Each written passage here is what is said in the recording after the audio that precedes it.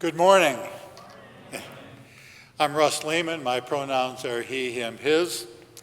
I'm a retired clergy member of the Peninsula Delaware Conference, the cradle of American Methodism.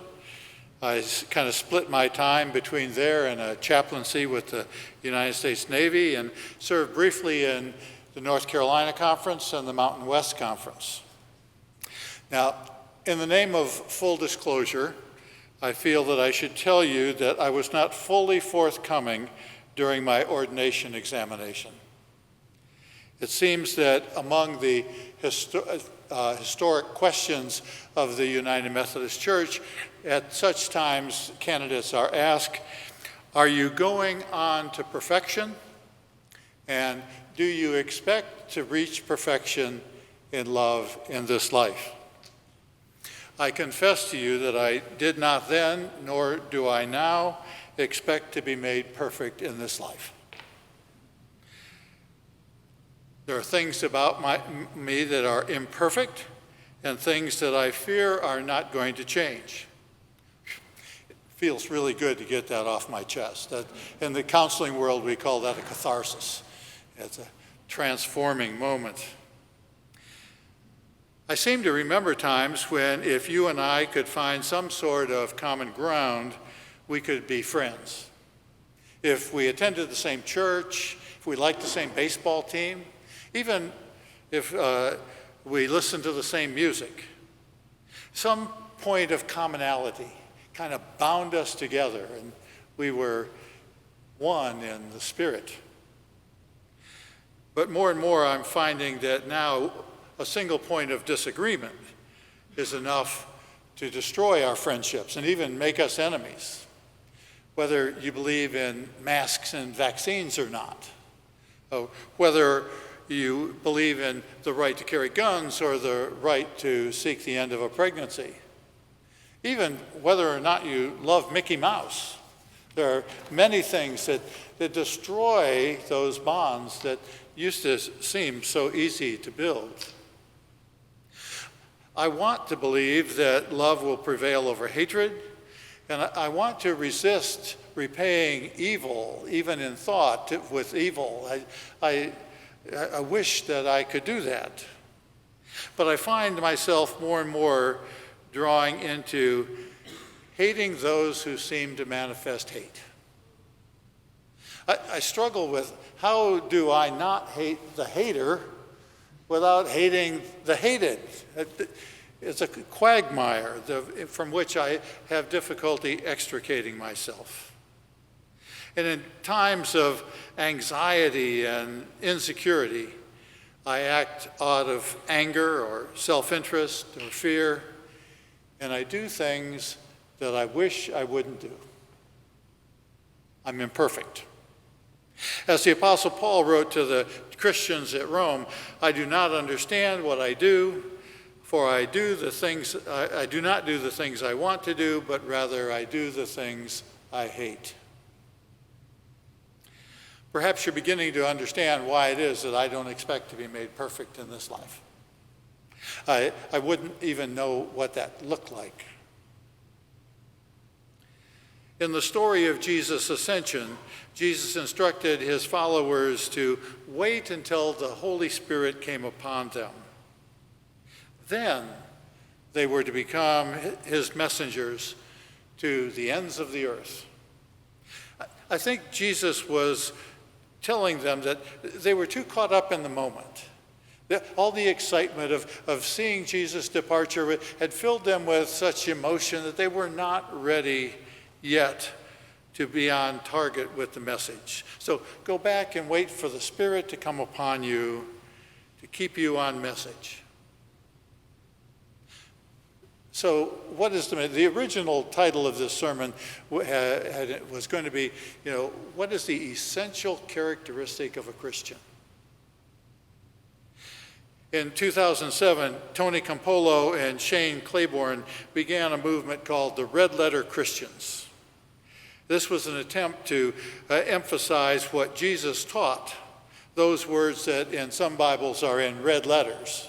Let's pay attention to the words of Jesus over everything else. Now, I don't agree with everything that they came up with, and I acknowledge that there's not universal belief in which words really should be in red and which words perhaps ought not to be. But I acknowledge that that the attempt to focus on what Jesus actually taught is a really good thing. When I say there's not total agreement as to which words ought to be in red, I think that the only people who were ever more misquoted than Jesus must be Confucius and Yogi Berra. It got so bad that Yogi Berra had to finally write a book entitled, "I Didn't Say All the Things I Said." Thank you for the laugh. If anybody didn't get that, see me afterwards, because that's way too good to miss. In any event, it seems that much of the time we who call ourselves Christian do not pay enough attention to what Jesus actually taught. Now, there's good reason for this, because Jesus taught some things that we would really like to forget. In Matthew, the 5th chapter, we have a short list of things that most of us would probably like to forget Jesus ever said. If someone strikes you, turn the other cheek. If someone makes demands of you, go the extra mile. If someone begs from you or wants to borrow from you, do not refuse them. And in Luke's version, he adds, without expecting to get anything back in return.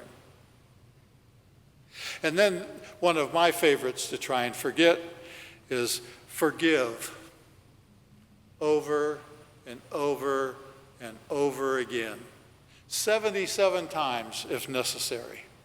I really wish Jesus would write a book like Yogi Berra's and tell me that that's not something he really said. But for all my reluctance and even resistance, I believe that the essential characteristic of the Christian is forgiving. Forgiveness is at the heart of what it means to be a Christian.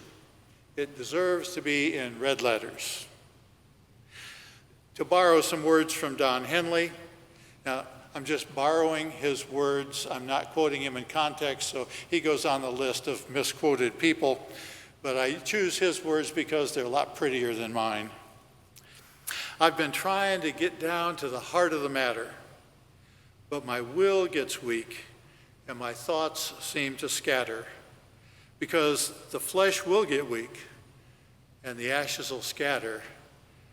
So I'm thinking about forgiveness. We who are striving to be Christian talk about forgiveness a lot, but usually what we mean by that is clemency or pardon for particular misdeeds, acts of what we call sin. But the problem is that when we get down to the heart of the matter, those acts are rooted in who we are, deep within our being. It happens because our will gets weak and our thoughts seem to scatter, and we no longer stay on message. So, what is the red letter message? Jesus said in red letters that everybody agrees with that the whole law, everything that we order our lives by, can be reduced to 2 commandments. You shall love the Lord your God with all your heart, with all your soul, and with all your mind. And the second, you shall love your neighbor as yourself. But what does loving God really look like? Groucho Marx once said that he would not be a member of any club that would have the likes of him as a member. How can I love with all my heart, soul, and mind the God who made me with a will that is often too weak and with thoughts that are too easily scattered? Why did God not make me better? Why did not God make me the person I want to be instead of the person I know I am? Why did God not make me at least so that I could expect to be made perfect in this life? Why did God not make me strong enough to do the things I want to do? follow my better angels all the time and not get drawn into the things I hate. In 1 John, we read that loving God is manifest in how we love one another. We read there, those who do not love a brother or sister whom they have seen cannot love God whom they have not seen. There will always be people with whom we don't get along. And I think that's okay. When it gets down to the heart of the matter, loving one another is about forgiving one another. Not that we absolve others from all of the misdeeds they've ever done. There are consequences for bad behavior, and evil actions need to be challenged and corrected. But we forgive so that we can make the future better than the past and not simply participate in the anger and fear and hatred that so often carries the day. We recognize that the other person is a person of sacred worth, attempting as much as we can to work together to make the future better than the past. We offer forgiveness to escape being drawn into that spiral of hate and returning evil for evil and becoming the very things that we hate. And where it gets tricky is that sometimes it's not about people doing really evil things. There are some really evil people, but a lot of times what happens is that ordinary, imperfect people are faced with difficult choices, or they simply lose their focus. They get caught up in thoughtless acts or in the heat of the moment, and their will gets weak, and their thoughts scatter, and they do things that they would not want to do. Where two or three are gathered together, inevitably somebody will feel left out, will get hurt, or even abused. No amount, and when this happens, no amount of retribution, retaliation, or compensation will ever bring back the sense of equilibrium. Once the scale is tipped, it is impossible to regain the balance. Only through forgiveness can we keep from being drawn into that spiral that continues to tip the scale one way and the other. I don't mean to imply that any of this is easy. Sometimes it seems quite impossible. After all, we are who we are, and there are some people who pose such a threat to us that our fears and our anger and our self-interest get in the way and threaten to drag us down into the anger and the hatred. To love others, we must first learn to make peace with ourselves. Many of us have been wounded, but we also know that we have participated in the wounding, sometimes through a simple, thoughtless act, or sometimes through having difficult choices from which to choose. But whatever the case, we know that we all have sinned and fallen short of the glory of God. All means all the time. In our pain and our anger, we are also drawn into our own guilt and fears that we cannot deal with. When we get down to the heart of the matter, our only hope for healing is through forgiveness. Now, we've reached a point where my wife frequently says, "Where's the good news in all of this?" So after all, that's your job. Well, the good news for which we have been called to be messengers is this, that while we are yet imperfect, we are made in the image of a forgiving God. We have a birthright that is not based on what we do or don't do or even what we think, but in what we are as children of God. To make peace with ourselves, I think we start by forgiving God for making us the way we are and not the way we would want to be. Making us in the image of perfection rather than the image of a journey. We are not perfect. We are not as perfect as we would want to be, or even as perfect as we sometimes think we need to be. And we may not think that we will ever get good enough. And sometimes when we look at the world around us, it seems that we have little hope for the world. But the same God who is forgiving is also patient. And even when we cannot perceive it, God's Spirit is continuing to work in our imperfections and in the brokenness of the world to bring the whole of the creation to perfection in love. Even if the ark seems to us to be bending too slowly. Sometimes we need to remind ourselves that we strive to be everything that we were created to be, and yet we need to be patient with ourselves and allow the Spirit to continue its work within us, trying to keep our focus on that red letter message. Love for the Creator God who created you and me and our neighbor and has created the earth and all that is in it. And the Creator God who has a purpose in all that is.